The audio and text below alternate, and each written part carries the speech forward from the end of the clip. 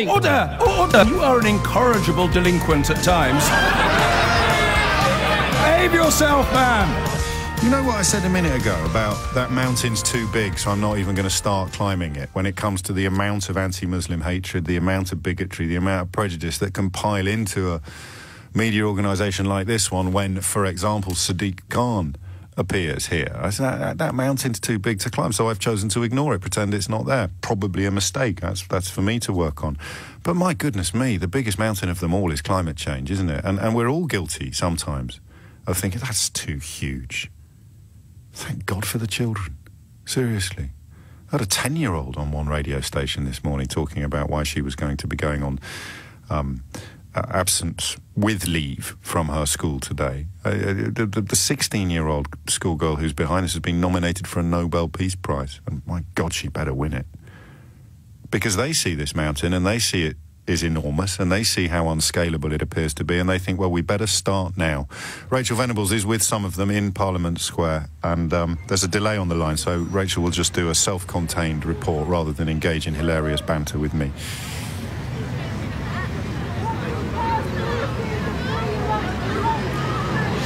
Thanks very much, James. Well, I'm here at Parliament Square. This is the second huge global protest, a global strike on this scale. You've got school children not just here in London, not just right around the UK, but in more than 130 countries right the way around the world taking part in this national day of action. They're planning more strikes in the coming months because they want politicians to focus, to listen, to hear what they're trying to say on climate change. Now, I could talk for ages about the protests down here, the banners, the chanting that you might be able to hear in the background. I think they're saying, what do we want? Climate justice. When do we want it now? Recently as well, they just all marched towards Downing Street. So you had hundreds, if not thousands of young people with their banners aloft. But instead of me talking, James, I want to talk to the young people who've gathered here, 10 and 11 years old. I think all of you guys are. Can you just first of all introduce yourselves to the listeners? So tell me your names, your ages and what school, I guess, you normally go to while you're missing today.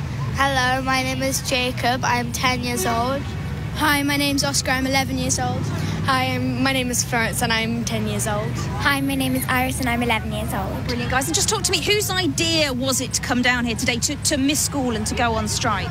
Well, I think we all really wanted to, but it was Jacob. Jacob, you're the mastermind here. So what is it about climate change? Why did you find this was so important? Well, I think it's a really important thing that's affecting our future, and I wanted to come to support all the other people that are marching. And you understand the seriousness, do you, that missing a day of school means? Were you worried about that? Were your teachers, your parents worried about that? Well, my mum wasn't. She thought it would be better for me to miss school and so I can help the planet.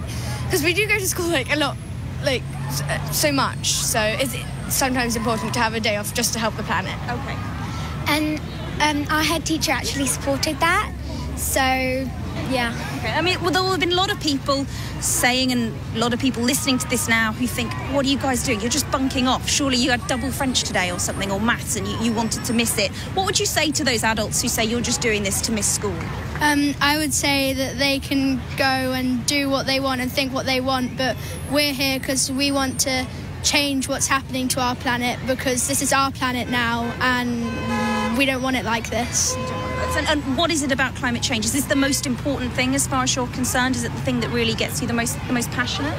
Yeah, I think so, because I've sometimes watched these videos about what's happening in other places of the world, like wars and stuff, and like pollution. And so I feel like it's important to change that.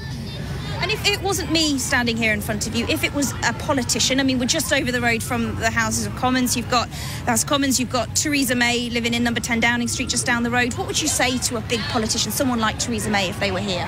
Well, I would say that I want them to change how they're like spending lots of their money to do it more towards climate change, because I think it's a really big thing. Do they listen to young people enough? Do they listen to 10 and 12 and 11-year-olds enough?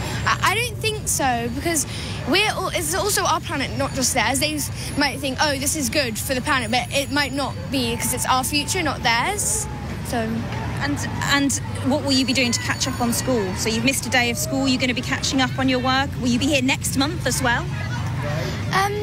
I think that next week we'll just work hard and just work extra hard to catch up for it. Well, listen, guys, thank you so much for speaking to me here today. And what are your plans? If nothing changes, if Parliament doesn't respond, will you be striking again? Do you think this is going to continue? Furious nods from all of you guys. Thank you very much. Well, I'll head back to you now, James, in the studio. That's just a couple of young voices here. As I say, plenty more. So far as well, the protest seems to be largely peaceful. They did take over a chunk of Whitehall earlier, but the traffic is moving again. We'll have to see what happens over the coming hours. As last time, of course, there were a few arrests down here where there was the last national climate change strike. Rachel Venables, many thanks indeed. About approximately 6 seconds by my estimate, that delay there, which is why there was a briefish, well, a 6-second pause between me finishing my introduction and Rachel beginning her excellent report from Parliament Green. I think I'm about to become one of the first parents in history to go home this evening and berate my children for having gone to school. What the hell were you thinking of going to school today? You should have been in Parliament Square, or you should have been... Actually, do you know what? I'm so busy at the moment. It's quite possible that one or both of them are part of this environmental strike. And I've missed it, but I'm pretty sure they're both at school. And of course, my youngest school is one of the most polluted in the capital, polluted in the country. So they are all over this issue. But, oh, man, it restores your faith in human nature, doesn't it, to hear people like that? Because we're all guilty. There's two responses as an adult.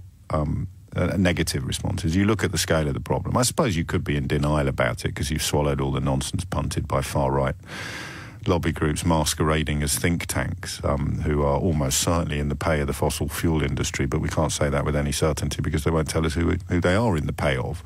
So you could have genuinely fallen for that, and you turn it into a sort of how dare they tell me what to do type mindset. And as we've seen in so many areas of politics in the last few years, that's really powerful. Tell people who aren't being victimised that they are being victimised, and they will send money to your PayPal account until it gets closed down. And, of course, the other side of that argument is the response that, yeah, I believe it, but what am I going to be able to do about it? And you can console yourself with all sorts of canards on that one. You say, why should I get rid of my diesel car? Look how much pollution there is in China. And that works as well, because we like nothing more than an excuse for our own consciously bad behaviour. So leaving aside the people who've swallowed the extremely sophisticated propaganda promoted by and peddled by fossil fuel interests, leaving that aside, why wouldn't you get involved in climate change? Well, because the challenge is too huge, which is the only explanation really for coming down on these children who are braver than we are. So either you admit that, or you're too ashamed of it to admit it, and you have a crack at them and say things like, well, it's not going to change anything, is it? Well, show me what your tactics have achieved then, pal. Because these kids are looking at us, and they're seeing a bunch of losers. They're seeing a bunch of failures. They're seeing a bunch of planet-threatening, complacent cretins. And they're not waiting for us to do anything about it. They're going to do it themselves. You want to attack them? Sit down.